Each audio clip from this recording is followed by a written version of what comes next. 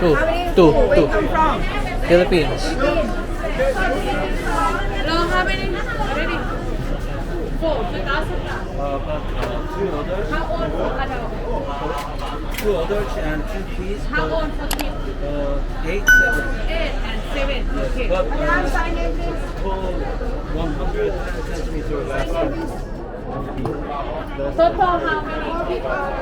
3 kids or 2 kids? 2 kids. But 1 kid, 4 For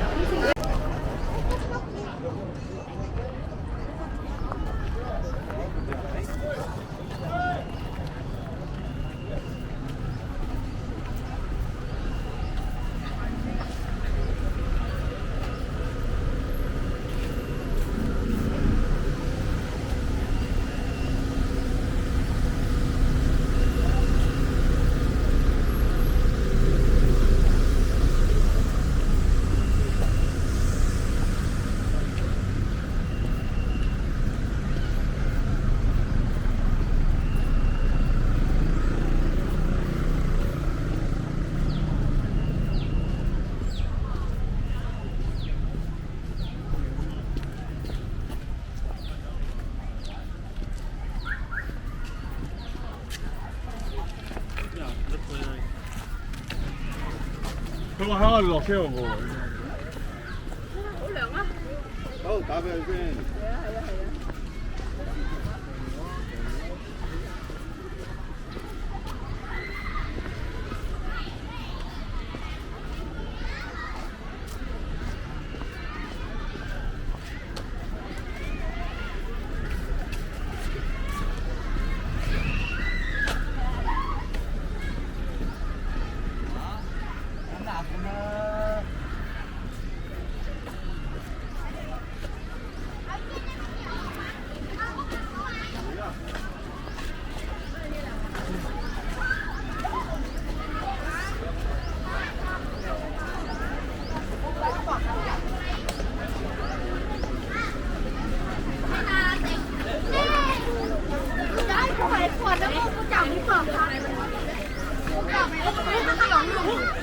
นี่1 ในฐานแน่เลย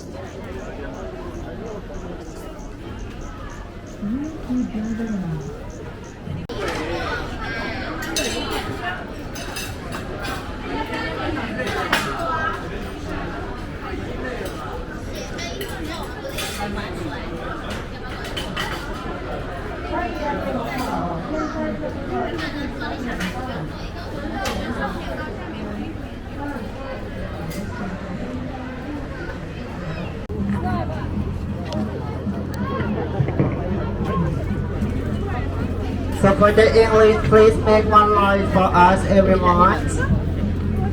Tatakpan naman.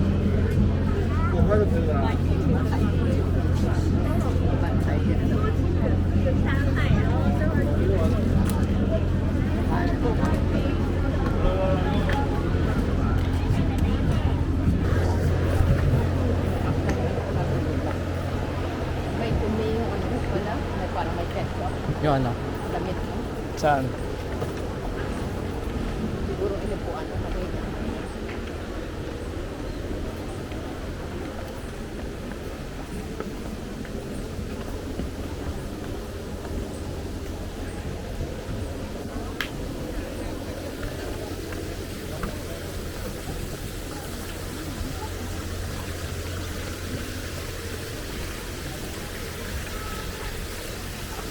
Hold na lang ako mamaya.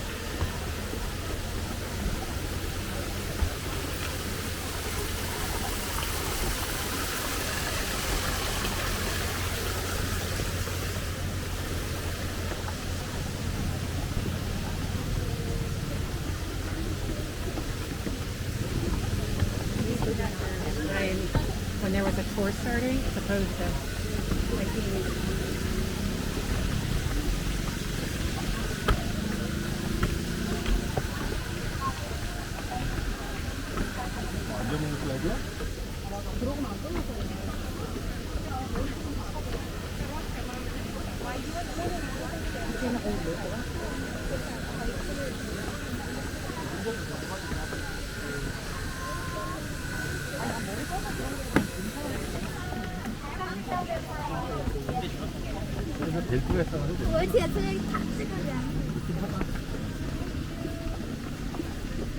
okay. Camera here, please. Thank you. Okay, so I think we can start now.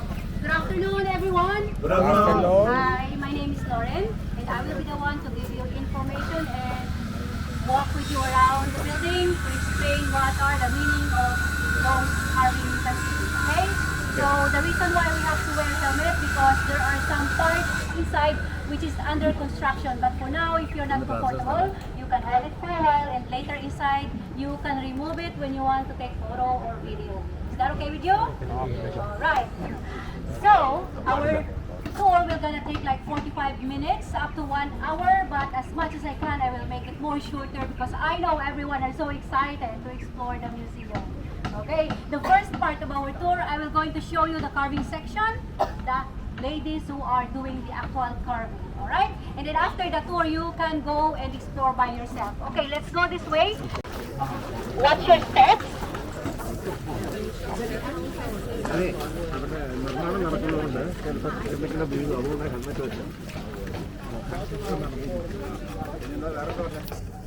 Okay, this way, please.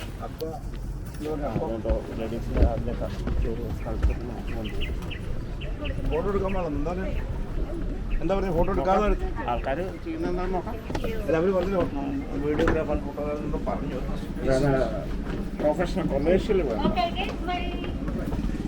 On the right side.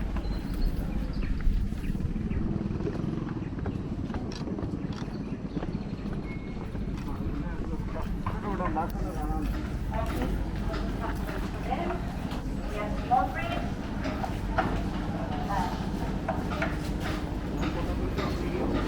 Yeah, you can take photo or video while I'm doing the tour, okay? No worries, but live as much as possible, please don't go live. Alright. Okay, so this area is our cutting section. That is where the people cut the woods according to the project or assignment given to them. All the woods that you can see around, there are all kind of hardwoods, different kind of woods. For example, there might be teakwood, redwood, mahogany, and so on. Alright, so they came from different parts of Thailand and maybe some nearby Asian countries. And all the sizes and the design that was given to them, they just base it from the original concept or the blueprint from the creator kung Lek it kung proprietary Japan. And after they cut the woods, we were going to bring it here. So now we can go inside. You can see the people doing the carving here. This way, please.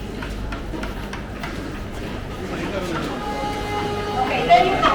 These are the people doing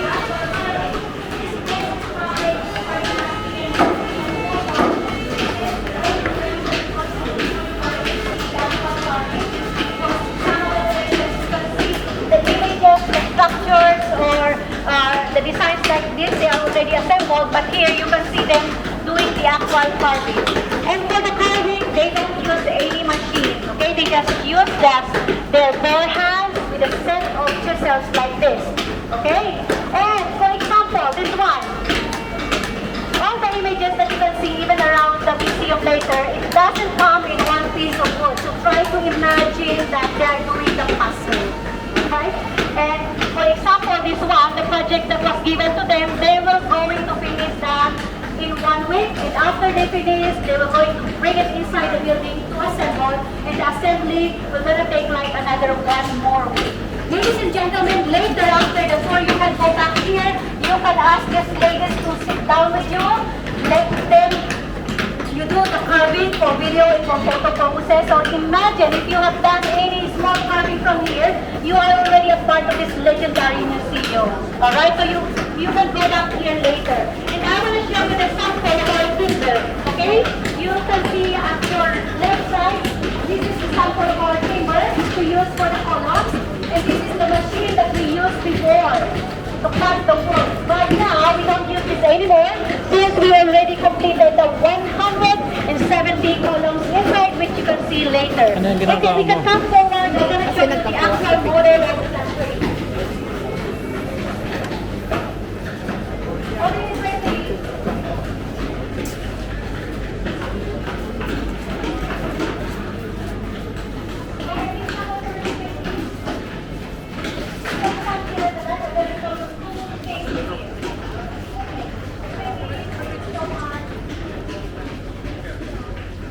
Alright, 1 meter.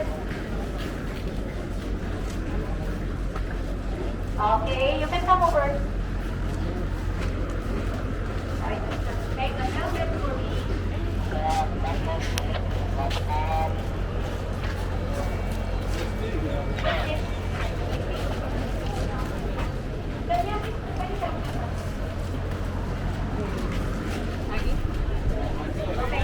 Okay, please come here. I'm gonna explain to you guys. Okay, so welcome to the actual model of the sanctuary with a scale of 1:10. Okay, so this is our mini sanctuary here. This is where they discuss, plan everything before they proceed to final carving and even to assemble inside the building. Okay, so this is what makes Sanctuary of Truth unique in the world, because instead of using concrete materials and metal nails, we are using wood from top to the bottom, and this is the sample of how they interlock the woods. You can come closer, I will explain to you how it happens. Okay, there you go.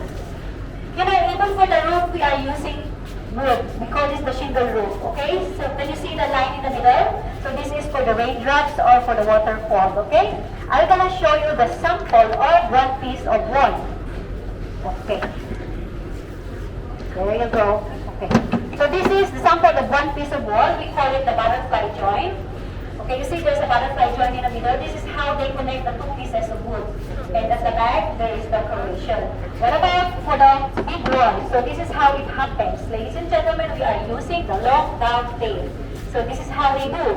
They just add more and more until it becomes a big wall. Okay, so as I have mentioned earlier, we have 170 columns inside. So this is how it looks like. It comes in 2 parts. This is the mortise and this is the tenon, and we don't put or use nail to connect them together, but instead they put glue here to stick together.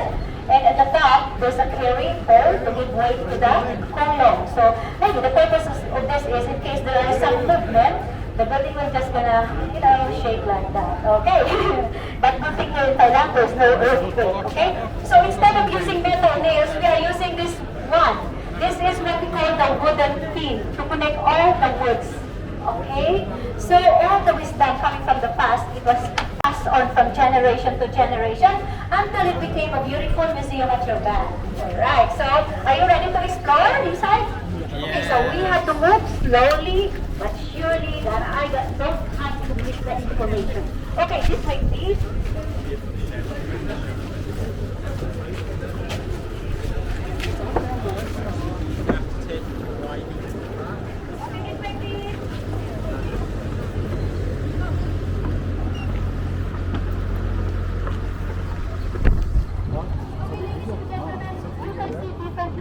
of the building, right? The fresh brown color is the new artwork. The greenish and the grayish one is the old artwork. And of course, the green one is the effect of the chemicals that we are using to treat the woods. And the grayish one, it's already discolored by time, sunlight, and even sea salt because we are facing the sea. So again, ladies and gentlemen, I want to emphasize with you that this is not a temple, but this is a museum of contemporary arts inspired from different countries like Cambodia, India, China, and of course, Thailand. The building has four floors and four directions. Again, we call this museum, not a temple. Alright, so let's go. We're going to approach the entrance area. After the tour, you can go back here, you can sit down, relax, and we have different activities around. You just have to ask our staff. You can even feed the elephant over there.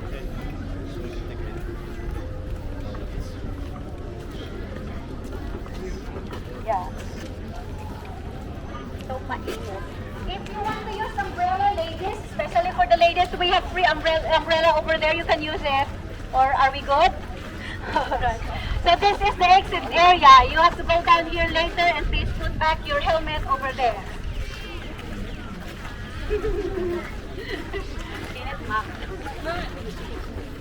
Okay, this way please.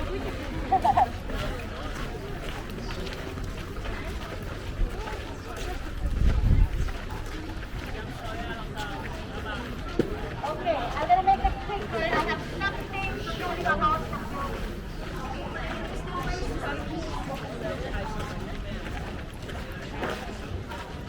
Yeah, you can stay on the shade. I don't want you to stay under the sunlight as much as possible. Okay, so the building has three parts. The people, the body, and the face. Okay? The face of the building has three parts. We call it plain base. There's no decoration at all. And this one, this is what we call the lion or single base. Unlike lion head. The upper part, this is the lotus base. They are all decorated with lotus flowers. This one is already in the same place. Can you take a look over there?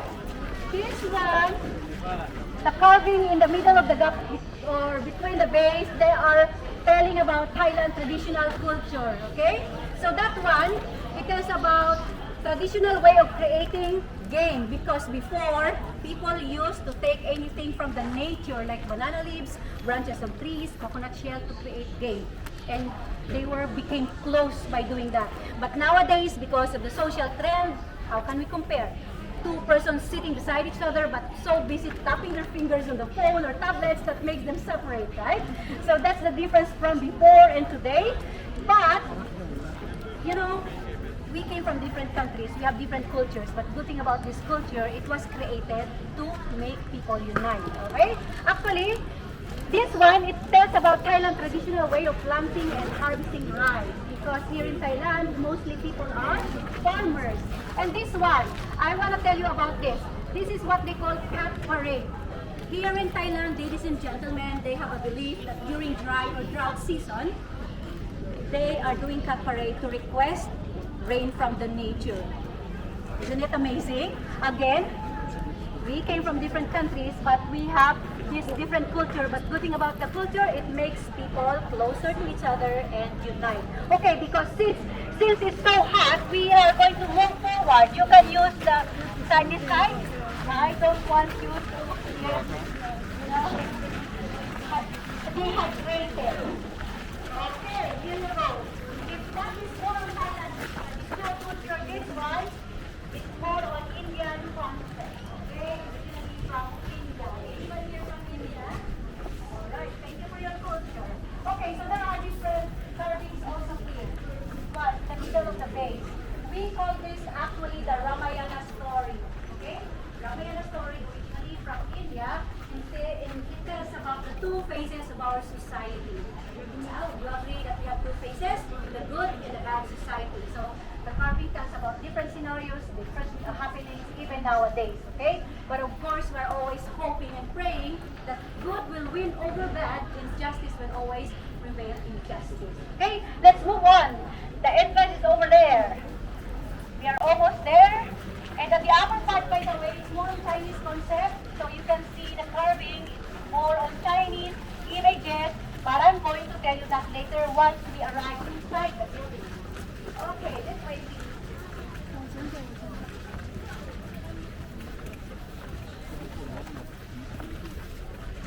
Okay, there you go.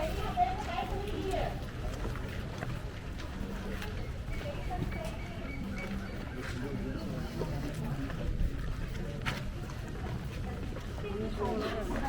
Okay, so ladies and gentlemen, welcome to our balcony.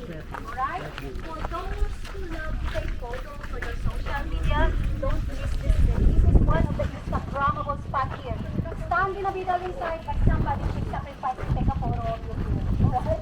Okay, so actually this is one of the favorite spots for Instagram. Okay, so our balcony decorated look like a jar. You notice that one? It look like a jar. And the carving around, it represents prosperity, wealth, and creativity. You know, this is inspired from the Royal Palace in Bangkok, because in Royal Palace, the balcony is a special place for royal family. That is where they meet and greet people for some special occasion. Huh? So again, ladies and gentlemen, if you have time later, you have to take a photo from here. It's beautiful. Okay, the entrance is over there.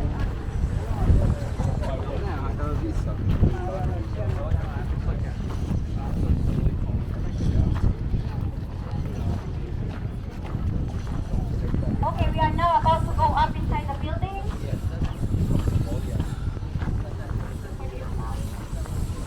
Okay, this way please, we can stand here.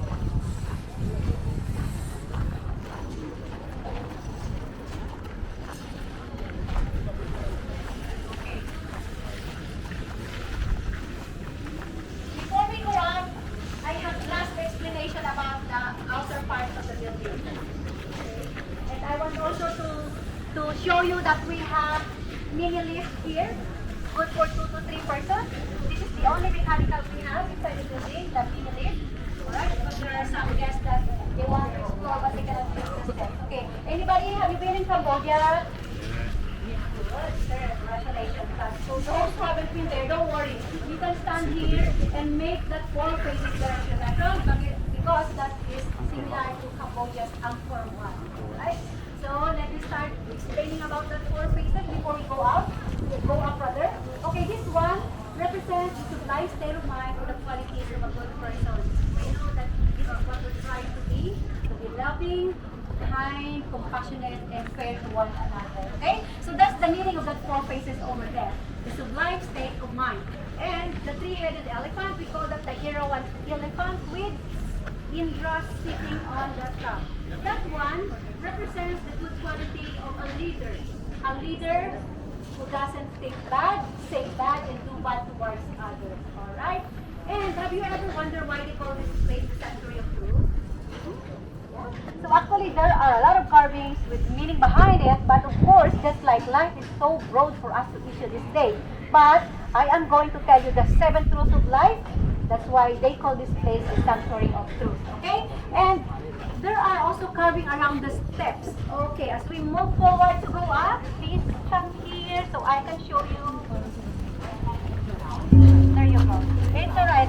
Photography should be continued while I'm explaining. No problem. Okay, ladies and gentlemen, before you go up, you can see a lot of sea creatures carved around the steps. Okay?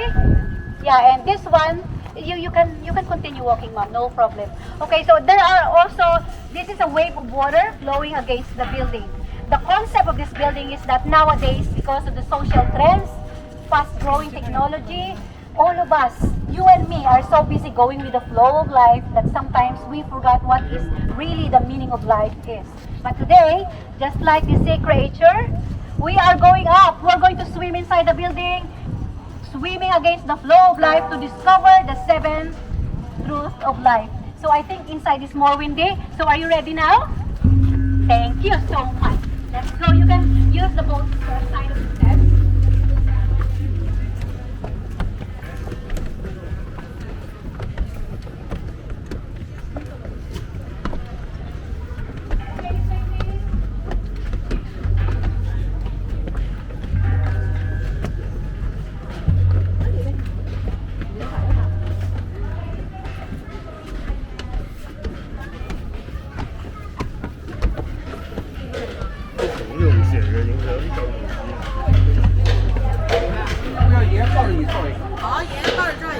ka ba?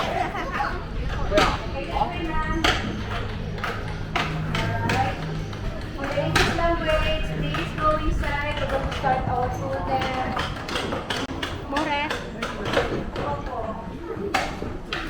Okay, this way please. Yeah, for the English language go. Okay. So, hi, Sam.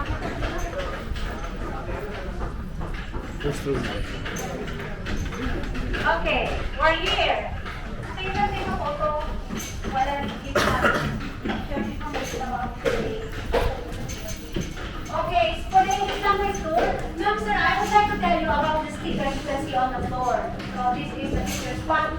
Even if you face both sideways, it's really a picture perfect spot, okay?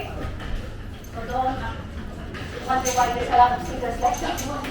Okay, so actually that one also the side, so beautiful. So after take photo, you have a seat background over there.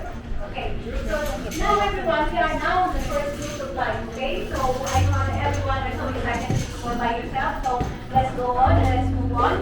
Okay, so the first group of life represents about human equality. There are questions like, who are we? Where did we come from? So the coming around, we're gonna answer all these questions. Like that one, the wind over there, on the side. The wind represented through the movements of the plants and the clock around the human body of this image. For us, ladies and gentlemen, this is the air that we breathe. Tell me, is there anybody here who doesn't need air?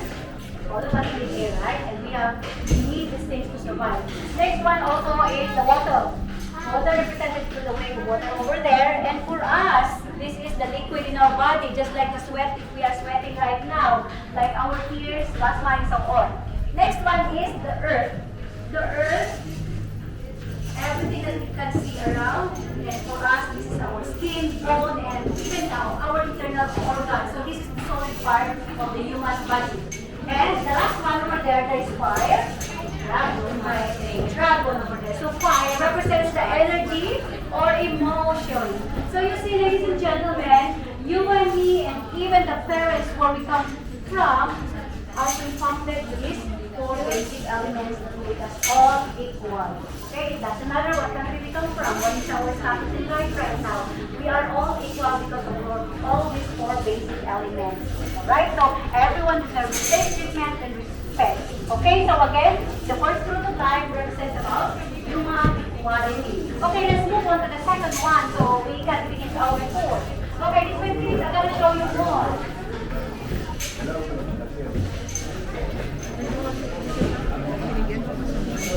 Okay, so this one is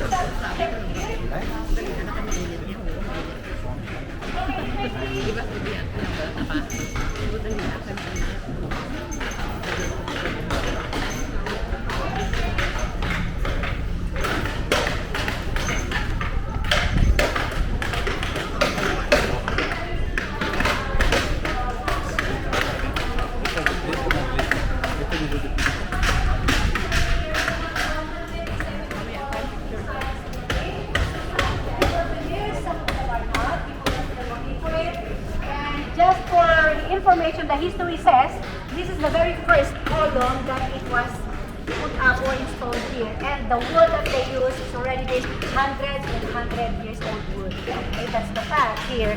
And we will proceed to the second truth of life. This way, please.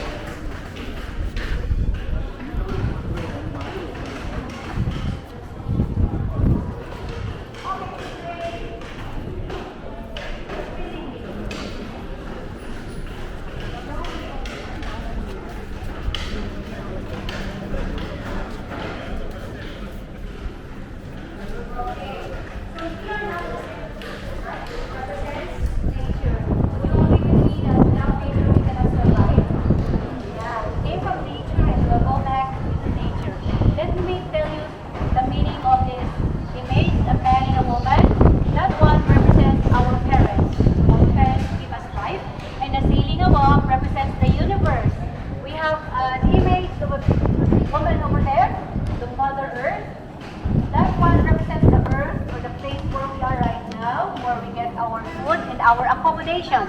And over there, the last part of this hall, there are 7 days of the week. And of course, sun represents for day and night. And over there, you can come closer, there's a moon with a horse, an image of a horse which represents the high tide and the low tide. And we have 7 days of the week, which represents different personalities. So maybe we're not wondering why we are different from one another, because we were born under different circumstances, right? We were born on different days. So let's have some fun, okay? Mom, do you know what day you were born? Yeah, what day? Friday? Yeah. So mom, your star is over there, the Venus, okay?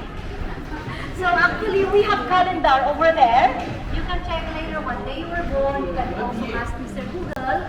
But today, since you are a big group, I cannot accommodate you one by one. We can go back there later if you want. Okay, let me give you an example. Mom was born on Friday, and the calendar says, not me, it's the calendar, okay? Those who were born Friday, they are charming and their personality is like magnetic in wealth. Are you a wealthy person, Mom? But hey, when we say wealth, it's not only about money, right? We have a lot of friends, we have a good family, we are healthy, we are wealthy. Okay, one more example. Anybody here born Monday? The moon. Okay, moon represents beauty. Yeah, obviously, Mom is beautiful. Okay, when we say beauty, it comes to inside and out. All right. So elephant, one more. Okay, to end this, there's an elephant over there. Those who are born Wednesday, according to the calendar, those who are born Wednesday, they are gentle people like these animals. They are big but they are gentle. So their personality is like, as much as they can, they don't want any trouble at all in their life. Okay, why I'm telling you all this? Because it reminds us that we are different from one another because we were born naturally under different tastes or circumstances. Okay? So again, the second truth of life represents nature. Okay? Without nature, we cannot survive. It doesn't matter, some of you here are wealthy, some are not. It doesn't matter because all of us need nature to survive. Okay? And I want to show you that. You see that dome in the middle? That carving in the center? Actually, that is the very heart of this museum. That is the very center. We can come closer. You can take a look inside. That is Buddha's relic. You can take a photo or video, but please remove your shoes. We can come closer. So I will going to tell you that is the third truth of life. All right. This way, please.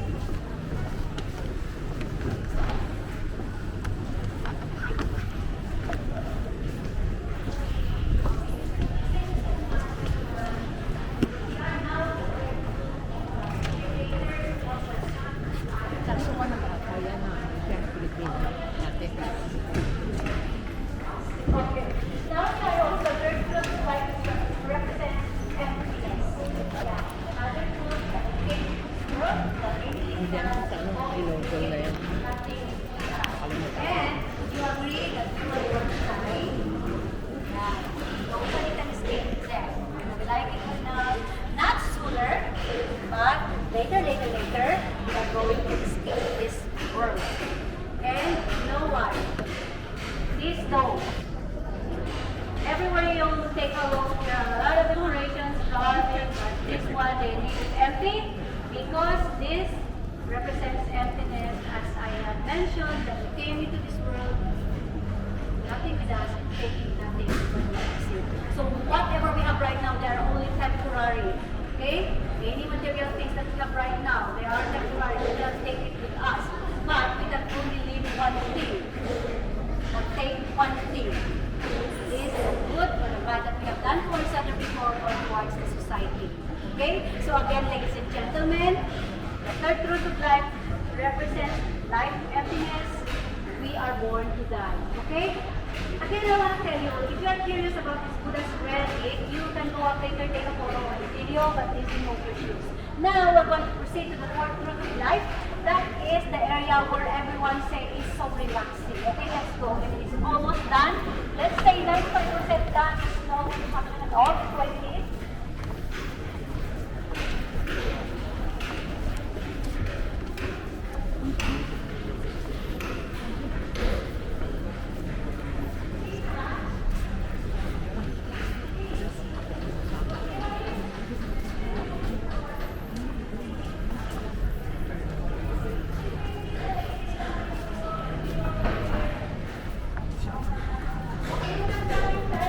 So you can feel the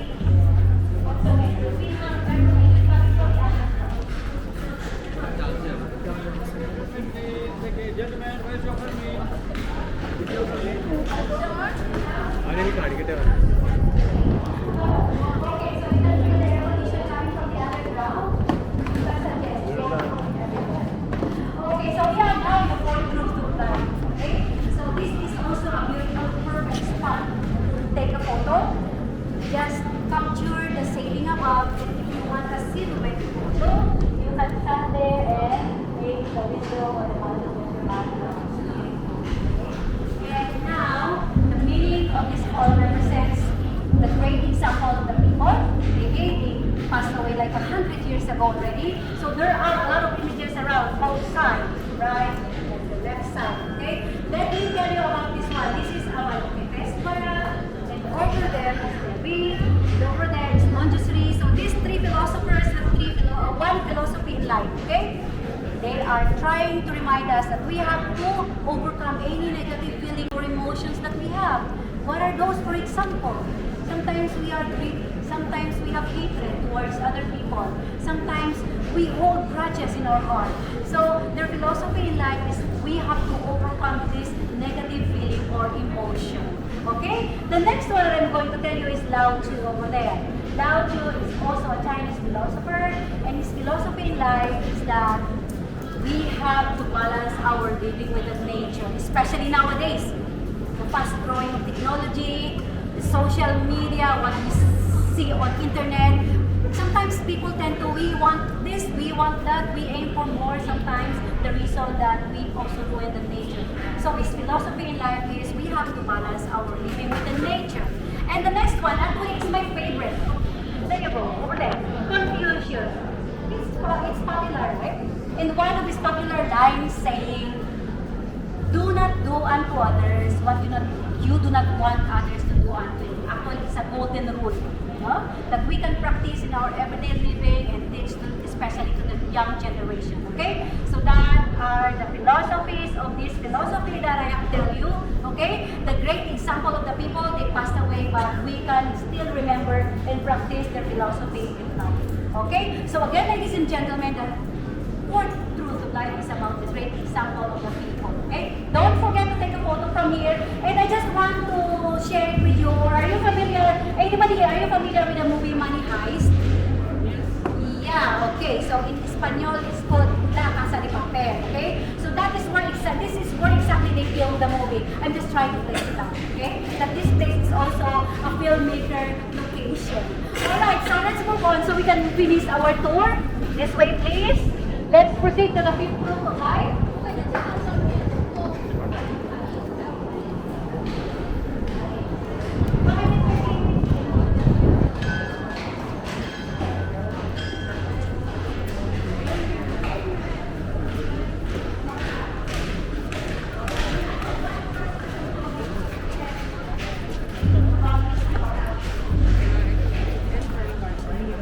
Okay, so anybody, do you have any idea who is this person? Is there any Thailand hat? Okay, so you are all foreigners here. We don't have Thai people. Okay, so this is the former king of Thailand. This is King Bumibol or we call him the King Rama IX. At the present, the king is King Rama X. Okay, so everywhere you go, maybe you can see his picture, his image, because he is very loved by Thai people. And he's also one of the philosophers that I'm going to tell you. And one of his philosophy is about economic sufficient philosophy. He don't want his people to get starved, to get poor. Okay? So also for you foreigners, for us here, we also have to be grateful about him because of what he studied. But you know what? I just wanted to share it with you. One of my favorite projects that he has done is about cloud seeding. Are you familiar with that? You know, many years ago, Thailand suffered or experienced a big drought or dry season. There's no rain at all. But you know, this king, he is the one who initiated the cloud seeding or false rain. So the false rain, it was distributed all over Thailand using clay. I think there are some countries who are doing that also during drought season. And that's the best, for me, that's the best thing that we have done with this country. And for you also, not because of him, Thailand is not a tourist destination for everyone and a retired destination from the people all over the world. Because he made this country beautiful. And everyone is so thankful and he is still loved by Thai people. Why I'm telling you all this? They done already, even those people on that hall, right? But these people, you know, maybe they passed away 100 years ago, but their philosophy in life is still reminded by us and that is their life purpose. They already done their life purpose, and how about us? And that is what I'm going to tackle for the fifth truth of life, and we're almost done with our tour, okay? So the fifth truth of life represented through the outer column, just like this one, okay? Life purpose, or the purpose of life. So maybe this time you're asking yourself, what is my purpose in life? Okay? So this one, the carving here, you can see a man doing nothing. He's so relaxed, but here people are doing some activities. They are preparing for their future, and they are busy always. You know what? The message of this carving is that if you plan to do something today, you have to do it right now, because tomorrow may be too late. Actually, I'm also guilty about this. You know, the mentality, the delay mentality. And just like you guys, so I want to congratulate you, because maybe few months ago, you are deciding to come to Thailand, and you are here. You see? Because you know what? We can never tell what will happen tomorrow, right? So congratulations, everyone. Okay, let's move on to the other outer column, and then I'm gonna tell you about it quickly. Okay, I'm gonna tell you what is coming. Okay, so here, the carving talks about a man who loves to do a bully. That's reality nowadays. There's a lot of bully around, especially with the young generation. Not only young generation, I think, not only within the classroom. So there's a lot of bully people around. So the message here is we have to be careful which or what kind of person we associate with. Okay? So actually, there are quotations in every column, just like this one. Are you familiar with the black man, the host, the MC, Steve Harvey? Yeah, so this is what he said. People you choose to associate with determine a lot of where you're going in life, isn't it?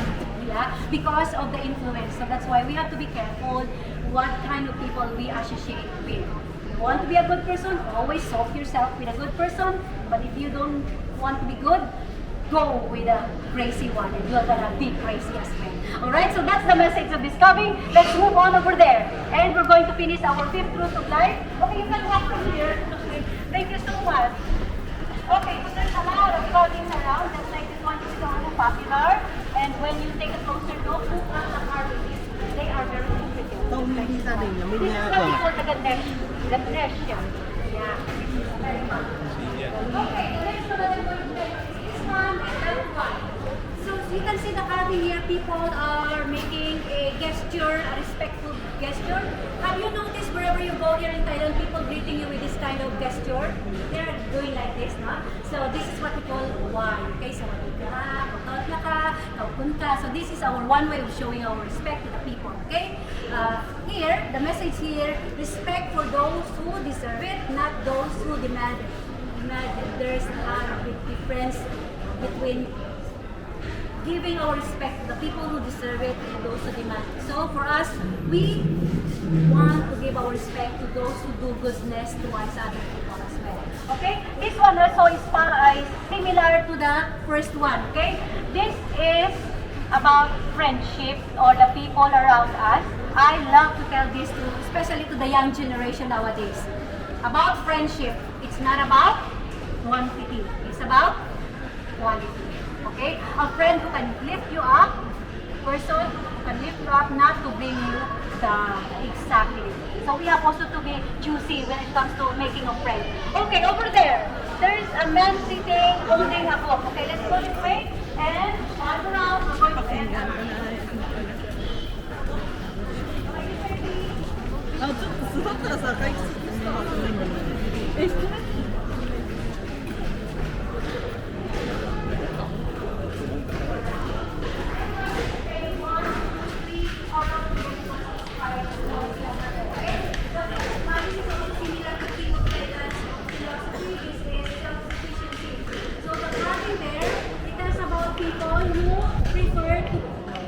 Their food rather than buying outside. So it shows about vegetables and fruits over there. So this is about self-sufficiency. If we want to save more, we have to do something not to spend more. Alright? That one, a man holding a book over there. Can you see that one? Okay, so this is about never-ending learning. Would you agree that learning is a never-ending story? It doesn't end at the 4+4 corner of the classroom. Everywhere we go, whoever we mingle with, we are always learning something new. Alright, so that's the message of this carving over there. Education or learning is a never-ending journey because it is a treasure. Okay, over there. Okay? This is also a good story, the representation of the story. Okay? We can jump over here. So, quite noisy.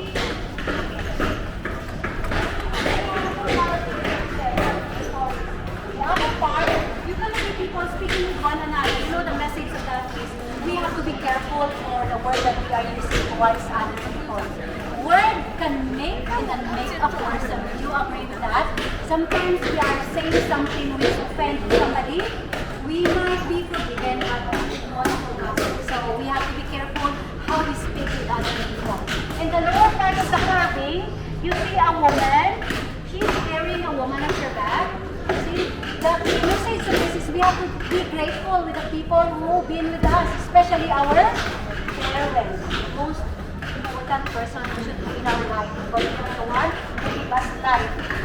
There are some points, like for example, last time I have a young, beautiful lady visitor. She told me that, what about me? My mom didn't take care of me, so I have to take care of her. So we were so surprised, but you know what? That is very easy.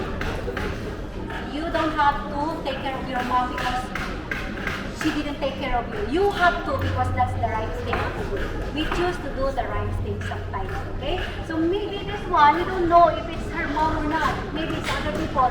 But that's the right thing to do. We have to be helpful and kind towards others, but most especially in our parents, okay? We have young people here. Okay, next, over there. There you go.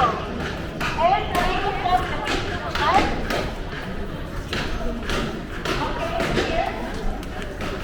Talk about mother, father, and there are children there. Here, the message is that as a parent, as an elder, we have a role for the young generation. Actually, the quotation here, it comes from the black man again, the basketball player. Who is that? Michael? Michael what? Okay, I'm just trying to engage with you. Thank you so much. He said, all kids needs is a little help, a little hope, and somebody who believes in them. Alright? So, because the children is our future leader, the young generation. And over there, there's a carving of a pregnant woman. Are you curious? What about it? Okay? So this one, this is about relationship. Okay? A good communication.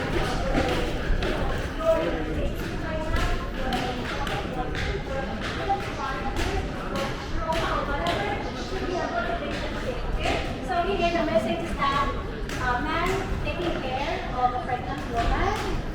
Then there you go, a couple, a happy couple, always have a good communication. And here it says, a real life partner accepts your past, supports your present, loves you, and encourages your future. So nowadays, Valentine's Day is coming, okay? So it's like, treat your man like a king. Or, no, it should become first this way. Men, like gentlemen, treat your woman like a queen so they will treat you back like a king. Okay? Mom agree with me. Okay? But not only during pregnancy, not during birthday, Valentine's, or anniversary. It should be all the time. So have you noticed? These two are very important from the very individual relationship to the family because that is the foundation of a good society. Right? But this is about life purpose, doing good, doing the right thing. Now we're going to proceed to the sixth truth of life. If we have this outer column, we have also the inner column just like this one. The inner column of this museum has two sides. And this is the representation of the two faces of the society. Yeah, you agree earlier that we have two faces of society? Two sides of society, which is the bad and the good society. Okay, let me explain. The carving here, these people building a bridge using light materials. We call this bamboo, okay? I don't know if you're familiar, the Western people here, are you familiar? You know what is bamboo?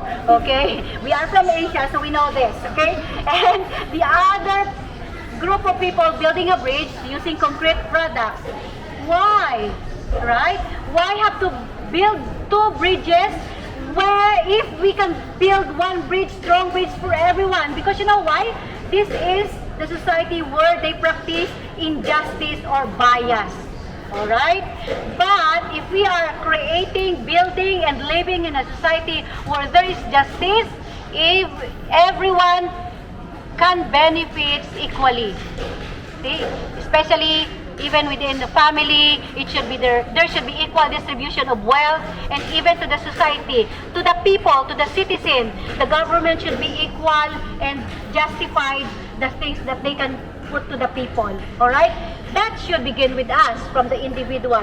So I am just starting the concept of 6 truths of life, which is the good in the bad society. Okay, another intricate or detailed carving that I'm going to show you guys. This way, please.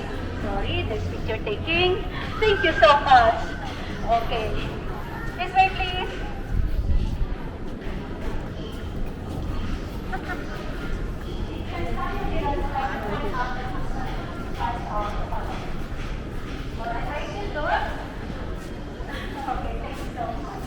Okay, so this one, you can see there's a woman here. She fell down from the boat. That's the story of that. Look at the people around her. Instead of helping her, they just blame her and laugh at her because they are crazy people, I think, no? Because you know what? This side of the column tells about bad society where there is full of blame. They don't forgive each other. They just blame each other. You know it's happening right now, even within the family. So there are some family who got sick and died, passed away, and instead of forgiving each other, they blame each other up to the point that even they also kill each other. And also, if somebody got mistake, that's the beginning of the broken family or broken relationship. Okay? But if we are living in a society where there is full of apologies just like this one, there's no perfect relationship, there's no perfect family, but if we practice forgiveness and apology, we can live, all members of the family can live in harmony. Okay? So again, this is the bad kind of society where there is full of blame, and this is society where there is full of forgiveness. Okay, here, we can stand in the middle here. So I can tell you what is the meaning of this carving here.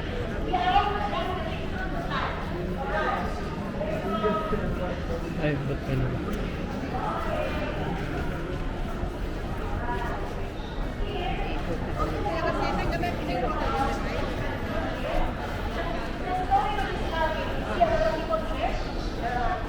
This is actually like a scenario happening today.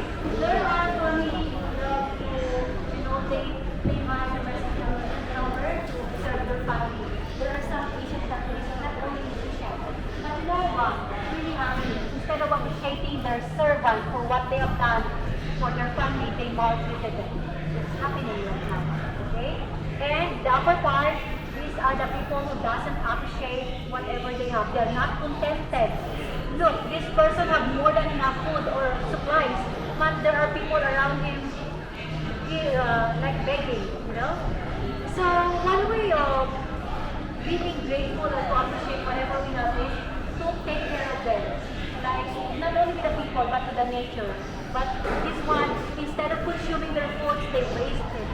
You see? There is no appreciation at all. But if we are living in a society on the inner column, this one, full of gratitude. How can we show gratitude towards others, especially to those people who have been with us during the hard times? It's not only about material things. We can share them with our time and ears to listen. That is action of gratitude, right? And even to the nature, we know that you and me are benefiting from the nature, where we get our fruits, our plants, like vegetables, and even to the animals. So one way of being grateful is we have to consume them properly, not to waste them. We have to replant and even feed the animal, take care of them. Yeah, this is the sample of the, the actions that we can do to show gratitude towards other people and to the nature. So the last column that I'm going to show you is about this one. Okay. So if you want to take a closer look, you can see from the expression of these images, they are hateful people. You see, they came from different countries because they are wearing different costumes, just like this one. some people are look like angry because you know why? This is the society where there is no support, unity, or they don't want to help other people. They always fight. They practice racial discrimination. They are greedy. They don't respect each other's belief and opinion. Okay? But if we are living in a society where there is reconciliation, kindness, harmony, you know, rich and poor people can mingle and blend in with one another. They love to share whatever they have. They love to help any way that they can. Yeah? So, this is it. This is the sixth truth of life. It's about the good and bad society. And I'm not going to ask anybody of you if which society do you want to live, because obviously we want to live in a good society, right? Yeah. So, you know, speaking about this, we became more conscious of how we treat people around us. Okay, are you now ready to the seventh truth of life? Okay, actually the seventh truth of life is about family. Since there's a big group there, I want to tell you about the seventh truth of life, okay? It's so proud. In there, you can see the big pictures of the man, woman that represents our parents and children, and the 8 cycles of family life, okay? The first one is our mom who gave us birth. The second one is our mom and dad who takes care of us. Third one, they are the one who first teach us our ABCD, our alphabet. So they are our first teachers. The next one is the one who teach us how to be a good person, what kind of person we are right now. Next is they are always the one who protect us from any danger, okay? And next, supports us from any chosen careers that we have, whatever we want when we grow. That's right. They are always the one who supports us. Even we reach our point that we have our own family, our parents is always there. And the last one is, even if they get old, they still care about us. They want to share whatever they have. That's why they distribute or they leave their treasure with us. Alright? So that's the 8 cycles of life, about the 7th truth of life, the importance of family, and the tolerance of our mom and dad. Okay? So I want to give you something, guys. Here, please come over. I have something to give you. You can take it with you. Alright. We will going to end our tour here. So you now can withdraw. This is actually the founder's last message. This is the summary of the 7th truth that I have discussed with you. You can share it with your family. Thank you so much for anybody else? Okay. This is like a summary, okay? But the founder's message I want to add up. He said, we cannot change the whole world. Are you okay with that? But somehow we can change ourselves, okay? Have you ever wondered why instead of using complete products, we are using wood? Yeah? Okay, because you know why, sir? Just like you and me, we are only temporary in this world. Nothing lasts forever. Okay? But the moral, the good things that we have done, will gonna last. The mind of people will gonna take it with you even if you disappear, okay? So, before I release you, I want to tell you that your review, comment, suggestion for this place is very important for us, okay? So, you can write it down over there. We have guest both sides. You can sit down with us and you can write down what you like, what you don't like about this tour. Even with me, again, my name is Lauren. You can mention my name on your tour guide. Whatever you review, negative or positive, I would like to welcome you, okay?